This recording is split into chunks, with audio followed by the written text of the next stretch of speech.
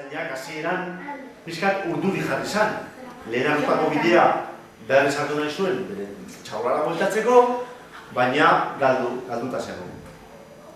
Orduan Artzainak pentsatu zuen hori, eta bentsar egin dut. Gau osoan hemen, animali asko daude basoan, eta pixkat urduri jarri zen, eta tipitapa, pixkat urduri aurrera jarraitu zuen. Baina bapatean, beratzean, nabaritu zuen zarata. Eta zarata hori ziren urratzak bezala, hausuak bezala, tipitapa. Orduan berak pentsatu zuen. Segurazki, animali bat izango da. Basoan animali asko ibiltzen dira. Otzoa, kartzak, mota guztutako txorina, sugeak ere ibiltzen dira. Baina, kasu horretan sugea ezan. Ze sugea egiten du. Eta kasu honetan, berak tipitapa. Orduan, berak sugea bazekien ez zela. Hala eta guztiz, atzera begiratzeko beldurra zuen, orduan aurrera jarretu zuen. Baina batean, bere zarata denbora zoa beratzetik. Eta bai zaldiak. Zaldiak ere, egon daitezke? Momentu konkretu batean, Artzaina hasi zen korrika egiten. Korrika, beratzetik zetorren zarata hori, korrika eta harrapatu zuen zuaitz potolo bat, handio, eta zabala, eta horren atzian traks, iskutatu egintzen. Eta batean, Artzaina iskutatu zanean, zarata gelditu egintzen. Horren Artzainak begiratu zuen zuaitzaren albo batean, eta han ez egon dinor. Begiratu zuen bestean, eta han ere ez egon dinor. Baina begiratu zuen beratzean, eta han zegoen hartza handi bat, 3 metrotako hartza bat. Artzaina hasi zen korrika egiten, eta han zegoen mendi bat. Orduan hasi zen korrika egiten aldapa gora. Aldapa gora, aperri bai bezala. Gora, tontorrera nioa llegatu zen. Eta tontorrean, karo, igotzeko poliki zijoan aldapa, baina gero, tontorrean, gero mendia moztu egiten zen goiti bera. Eta orduan, karo, beste aldetik jesteko ezinezkoa zen. Espazen nuen saltoa handi bat ematen. Orduan, Artzaina gaiatu zen tontorrera nioen, eta pentsatu zen, eta baina zer egin du. Edo salto bat ematen du, edo hemen gelditzen naiz. Baina hemen gelditzen banaiz, hartzatorriko da eta jan egin gona. Gehiegi pentsatu gabe, Artzainak badakizu zer egin zuen? Salto eman zuen. Salto eman zuen eta suerte handiarekin egon zen erortzen, eta han justu prezipizio horren erdian, bera erortzen zegoenean, txaks! Heldu egin zion adar bati, zuetzetako adar txiki bati. Eta handi zintxilikatuta geratu zen. Orduan begiratu zuen gora eta han jatontorreak zegoen hartza. Begiratu zuen behan, eta handan zegoen iluna. Handan zegoen isilina. Eta Artzainak pentsatu zuen, hemendik erori eskero hile egin gona izotirako. Baina justu zintxilikatuta zegoenean, bere ondoan, zegoen landare bat. Handa. Begiratu zuen eta landare horrek, badakizu zer fruitu ematen zuen? Frutu bakarra ematen zuen urtera. Zen marrubi bat. Zer? Marrubi bat. Baina marrubi bakarra, bat ematen zuen. Baina marrubi hori magikoa zen. Norbaitek janezkero, betirako biziko zen. Orduan Artzainaren zintxilikatuta, eskua luzatu egin zuen, hartu zuen marrubia eta hankin jan egin zuen marrubi. Eta marrubia jan ondoren, Artzaina hasi zen ahots misteriotxo bat entzuten. Ahots misteriotxo horrek, Artzainari ipuinak kontatzen zezkien. Kontatu zion ipuin bat, 2, 3, 4, 5, milaka ipuin. Eta gaur, ekarri ditut ipuin horiek, zui kontatzeko.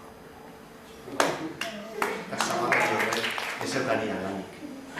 Eta zapataria beti zegoen aspertuta, egun batean zegoen etxean, eta ikusi zituen bere lehioan gelditu zirela 7 euri. Eta orduan zapataria hartu zuen eskuarekin eta pasa! Eta 7 euriak harrapatu zuen. Harrapatu zituen golpe batez. Orduan handik aurrera zapataria pentsatu zuen. Hemendik aurrera nila ez nez izango zapataria. Ipini zuen bere buruaren gainean txano bat. Eta hemen karteltxo bat jartzen zuela. Ni naiz Juan 7 hil eta golpe batez. Eta orduan eta joan zen mundutik, eta pati, ni naiz, Juan Zazpi hil. Jendeak beldur hartu zuen. Jendeak pentsatzen zuen Juanek, golpe batez, 7 pertsona hiltzen zituela. Orduan, pentsatu zuten oso indartsua zala. Orduan erregea enteratu zanean nola zegoen mutiko bat, 7 pertsona golpe batez hiltzen zituela esan zuen, nire aurrean, oraintxe bertan. Eraman zuten Juan erregaren aurrean esan zioten. A ber, zu nor zara, ni naiz Juan. Eta nola hiltzen dituzula 7 pertsona golpe batez. Bueno, karo, Juanek ezin zuen ezetz esan. Eta erregaren aurrean zegoelako. Bueno, bai, baina... zuretzat dauka lan bat, esan zion erregea. Eta gian Juan hasi zen pizkat beldurtzen, dargarka, eta zer gana. Begira, mendian badago erraldoi handi bat. Eta deitzen dela tartar. Zuk ezagutzen duzen tartar. Eta begi bakarra zuen, ez zuen kriston arazoak ematen dituela urtero horrek. Orduan Juan zetez beretxera, eta han tartaren kontra borrokatu egin behar duzu, eta hile egin behar duzu tartar. Eta zuen, baina tartar handia da, eta ni nahiko txikia, esan zuen Juanek. Baina, errega esan zion, bueno, indartsua zara edo ez zara. Bueno, pixka bat. Pues Juan zaitez! Eta orduan ja, Juanek ezin zuen ezetz esan. Orduan esan zion, Juanek, bueno, orduan beharko dut motxila bat eramateko eta soka luze bat. Eta gero txori txiki bat. Eskuan eramateko. Errega esan zion, zertarako nahi izango dut txori txiki bat. Soka. Eman zioten soka, eman zioten txoria, motxila. Eta Juanek, pipitapa, bidea hartu zuen. Eta geratzerakoan, karo, tartaro bizi zen mendian, baso handi batean. Tartaro askotan ibiltzen zen egurrarekin, beretxea zen txabola handi bat, beretxea bere zen basoa. Orduan zegoen tartaro zuaitzak mozten. Saz! Llegatu zion Juanara, eta esan zion tartaro. Egiten du horrela atzera da, eta zen dugu. Zu! Mequetrefe! Zer egiten duzu nire etxea? Mequetrefe! Eta Juanek esan zion, bueno, etorri nahi zurekin apostu batzuk egitera. Aposto nirekin! Orduan azkarre bizia jarri zen tartaro. Nola aposto nirekin? Zuzara txikia eta nire handia, bai, nire oso indartsua, esan zion Juanek. Orduan ja, hasi zen lehia horretan, esan zion, aber, ze apostu motak egingo ditugu, esan zion tartaro. Eta Juanek esan zion, aber, nor botatzen du harri bat urrunago. Zuk edo nik. Harri bat, guziko duzu. Arrabatu zuen tartaro, kriston harri handia. Egin zuen, eta harria oso urrun joazen, erori zen harri. Guzi duzu, Mequetrefe? Eta Juanek esan zion, orain nire txanda. Eta Juanek, eskuan zer zeraman? Txori txikia, horretik bizi zegoen. Orduan egin zuen, zaks! Askatu zuen txoria, eta orduan txoria zezen egaz egiten, hasi zen gero eta gorago, gero eta urrunago, gero eta gorago, gero eta urrunago. Eta tartaro egin zuen horrela eta, haizu, nola bota duzu hain urru. Esan dizu, mi handi, indartxoan izena. Orduan ja tartaro hasi zen, ja benetan azarratzen, esan zion, beste apostu bat egingo dut. Bai, esan zuen. Aber, nor botatzen dut, minutu batean, nor mozten ditu zuaitz gehiago. Zuk edo nik, orduan tartaro, azarra bizian harrapatu zuen bere iskora, kristone iskora galanda zuen, eta ziren zuaitzak mozten kolpe batekin, ja, botatzen zuen zuaitz bat. Eta Juan lasai, atera zuen bere soka motxilatik, eta hasi zen baso osoa sokarekin inguratzen. Zertarako jartzen duzu soka hori, esan zion tartaro. Eta Juanek, begira, nik jarriko du soka horrela baso osoan, gero tira egiten du, eta momentu batean, zuaitz guztia, tratatatatatatata, moztu ingo ditu. Eta tartaro esan zion, ez egin hori. Zer, klaro, hori egiten baduzu, ni etxerik gabe gelditzen naiz. Basoa da nire etxea. Eta orduan Juanek esan zion, orduan aposto ere irabaz, eizu. Bueno, bale, irabazia zu, baina beste bat egingo du. Eta esan zion Juanek orduan, venga, a ber, egingo dugu adibidez, a ber, non jaten ditu indaba gorri gehiago. Zuk eta ni. Eta tartarako esan zion, horren ikusiko duzu. Ipine zuen lapiko handi bat zutan, eta moda zuen indaba kilo bat. 2 kilo, lau kilo. Hasi zen bueltak ematen, eta hori pilpila zegoenean. Zegoen ja egosita ja, indaba gorria. Eta orduan tartan hasi zen jaten. Venga, txiko gara jaten biok, Pra. Arrapatu zuen tartaro kriston koilara bat. Zegoen, Este como es grande... Claro. Eta Juanek, barrios egiten zion, trampa egiten zion. Hartu zuen koilara bat, eta ahoan sartu beharrean, motxila esatzen zuen. Ahoan sartu beharrean, txeko soa, egiten zuen. ¡Trampa! Trampa egiten zion, eta tartaro, Aiartu zen momentu bat, ja tartaro segun beteta, eta Juanek esaten zion, ni oraindik dauka lekua gehiago sartzeko, esaten zuen motxila. Ja, llegatu zen momentua, esan zuen tartaro, ni beteta nago. Eta Juanek esan zion, nik oraindik ez.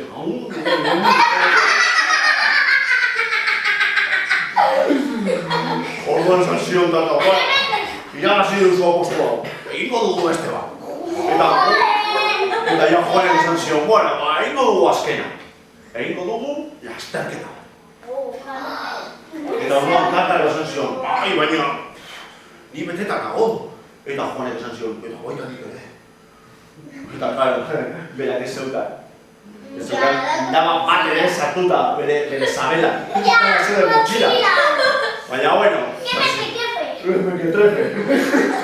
Esan zion, berdin da, egingo dugu lasterketa. Esan zion da. Eta, bueno, esan zion Juanek, nire herrian txikitxoei pixka eta abantaila guztien digute. Osa, ni hasiko naiz korrika egiten, eta gero atera zu. Bale, esan zion tartaro. Zu hasi korrika egiten. Eta lehenengo kurbara niratzean, orduan aterako naiz. Orduan hasi zen Juan korrika egiten, baina, klaro, korrika egiten ahaltzuen moduan, ze atzean, zeraman motxila, eta motxila zegoen indaba horrez. Eta, Ailegatu zen justo kurbaraino, eta justu han bazeduen hartzain batzu. Hartzaina, esan zion Juanek. Horein, hemendik gutxira, tartaro etorriko da. Ezagutzen duzu, ez da, begi bakarra dagoena, eta gizontxo dago ginta. Esan zion, etortzen bada tartaro, esaizuen ni, pixka bat, pisua kentzeko, kutsillo batekin zabaldu ditudala tripak, eta indaba gorri guztiak, pisua kentzeko, bota egin ditudala lurrera. Eta orduan, klaro, Juanek ezen puntoa. Juanek ez zituen bere kutsilloa sartu tripan, bestela hile egingo zan. Orduan zer egin zuen, kutsilloarekin motxila apurtu, eta orduan indabak erori ziren lurrera. Claro, tontoa ez zen. Orduan handik gutxira etorri zen tartaro. Benja, eta gero tartaro erresbalatu zuen, ez? Ez, tartaroa llegatu zenara, antzeuden hartzainak, eta... hartzainak, ikusi duzu hemendik mequetrefe bat korrika egiten. Eta hartzainak esan zioten, ikusi dugu bat, baina kontuz, bera dago trampak egiten. Trampak egiten! Eta zer egin du? Berak hartu gutxillo batekin, bere tripak zabaldu, eta indaba gorriak bota ditu lurrera. Eta begira, korno du lurrera, indaba. Eta orduan tartaro esan zuen, orduan trampakin, Atera zuen bera zeukan kriston kutxillo handira. Ras! Eta orduan sartu zuen kutxilloa bere tripetan. Ras! Egin zuen horrela. Eta, klaro, zer lortu zuen tartarok bere burua hiltzea. Eta han bertan tartaro, erori zen lurrera, eta hile egin zan betirako. Orduan, Juana llegatu zen erregaren etxean, eta zen zion, erregea, tartaroa hilda dago mendia. Nola da posible? Bai, Joan zaitez. Joan zen mendira, hartu zuten tartaro gurdi batean, eraman zuten plazara, eta han, egin zuten betirako. Eta historia hau, ala bazan edo ez bazan, zara dira. Ala bazan, atera dira, aperriko plazan. Jaio zala, nahiko mutiko normala zen, baina ipurdia oso handia zeukan. Eta horrezaretik erdian ditzen zioten Txomin ipurdi. Egun batean, bere amarekin bizi zan eta oso pobreak ziren. Eta egun batean esan zion Txominek bere amari, ama, eta guztetik gara hain pobreak. Eta erregea da hain aberatza. Ni ere, aberatza esan nahi dut, erregea bezala. Eta amak esan zion, bai Txomin, baina mundua horrela da.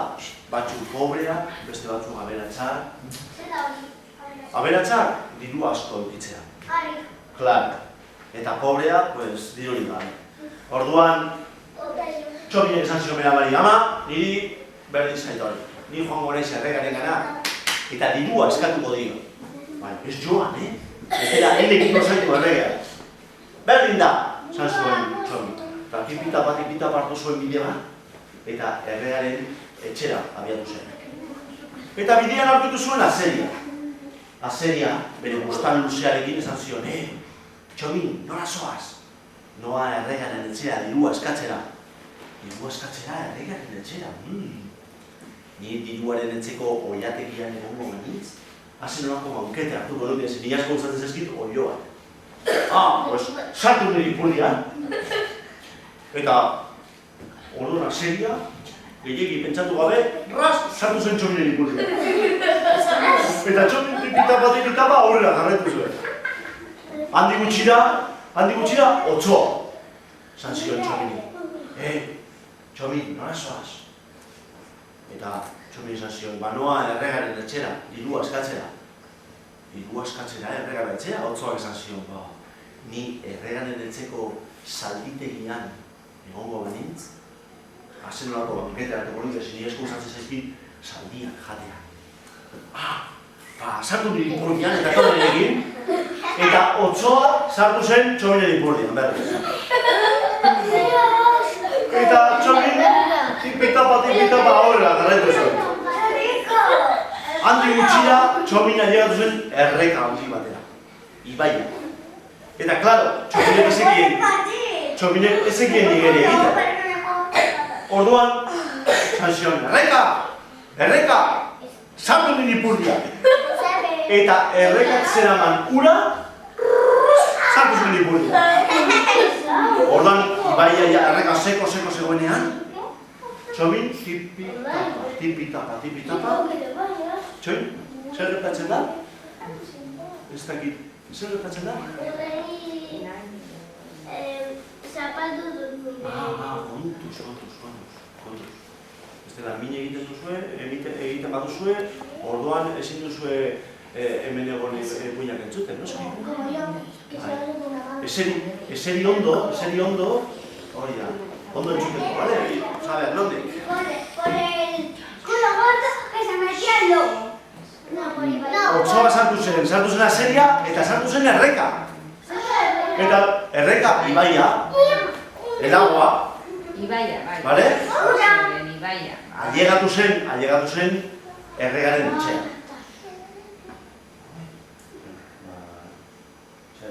Lehen bukertu duzu,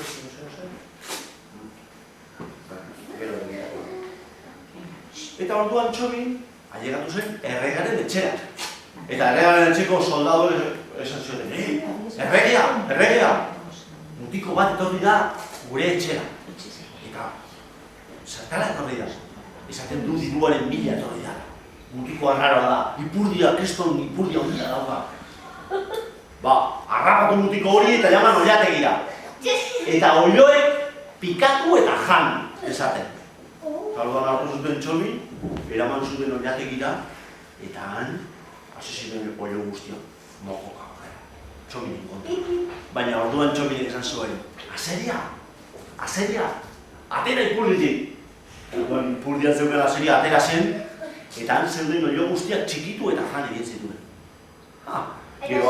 Gero Azeria lehiotik eskapatu zen. Orduan horrengo egunean joan ziren Txominen bila, pentsatuz Txomin hilda egongo zala, baina Txomin bizirik zegoen. Orduan erregeak esan zuen. Bizirik dago eta gainera oio guztien desagertuta, eraman zalditegira. Eta zaldiek zapaldu eta jan dezaten. Hartu zuten txomin, eraman zuten zalditegira, eta hasi ziren zaldi guztiak beraren kontra, baina orduan esan zuen txomine. Otsoa, atera ikurditik. Atera zen otsoa, eta zeuden zaldi guztiak txikitu, eta jan egin zituen. Errege alteratu zanean, esan zuen mutiko hori egin behar du. Eta plazan, kriston zutea prestatu zuten. Zua pizteko leku bat. Ulertzen? Hemen zuen, San Juan mezalan zelan egiten zua. San Juanada. San Juanada. Hogera bat, hori da. Kristona, oso ondia. Eta puntan, zute horren puntan, han zegoen txomin lotuta. Piztu zuten zua, orduan zua gero eta gorago joan zen, eta garrak, zuaren garrak, txominen ipurdia ikutzen zuten, baina orduan txominen esan zuen, erreka, ibaia, atera ipurditik! Atera zen ibaia, urarekin, eta urarekin zua segartatzen da, gelditu nintzuen zua. Orduan hori da kontua. Txominek esan zion errekari benipurdian sartzeko, orduan gordeta zuen benipurdia. Orduan behar zuenean, orduan askatu zuen ura, eta han zegoen zua, gelditu nintzen. Orduan, erregea zegoen pizka bat, ez erdi aserretuta, erdi harrituta. Txominekin orduan esan zuen, Txomin, zu zertara etorri zara nire etxera. Ni etorri naiz diru pizka baten bila, baina orain, ez naiz hemendik joango, nire ipurdia diruarekin betea. Eta orduan, erregea hasi zen, txanpona sartzen Txominen ipurdia. Sartu zuen bat, sartu zuen 2, 3, 4, 6, 10, 20, milaka txanpon. Eta Txominen ipurdia baina eta zegoenean, orduan esan zuen Txominek, nahikoa da! Eta tipitapa, joan zen Beamaren etxera. Eta Beamaren etxera llegatu zanean, bota zuen pusker bat. Eta duan atera zen mutilua. Eta amak esan zion baina, Txomin, nondik bolsara, eta nondik lortu duzu hainbeste dirua? Ama! Ego naiz erregaren etxera, eta egira zenbat dirua lortu da. Eta handik aurrera, Txomin Beamarekin oso pozik bizi dira. Eta historia hau alabazan. Eta alabazan, Zagariak alabazan, Baiko, alabazan. Ezin txukuna den hori ez da?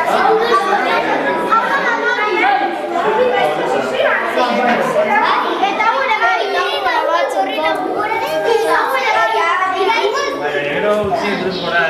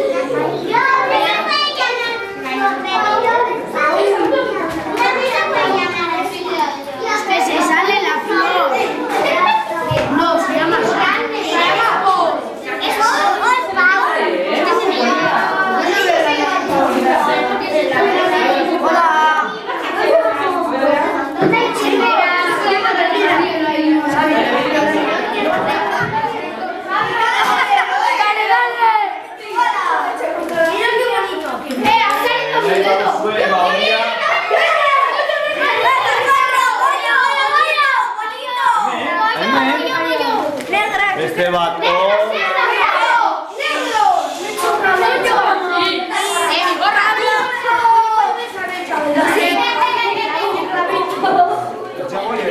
Ya voy.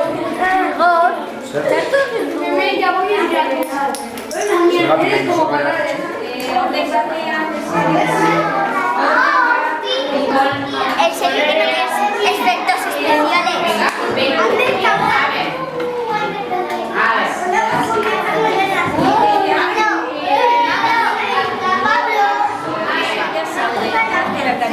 Araña, armiarma.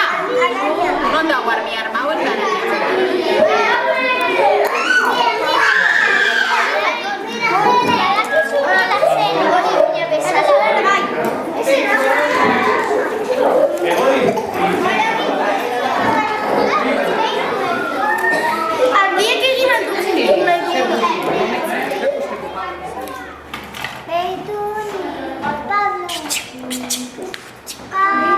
Utxirakean Pablo, nahi bat dago.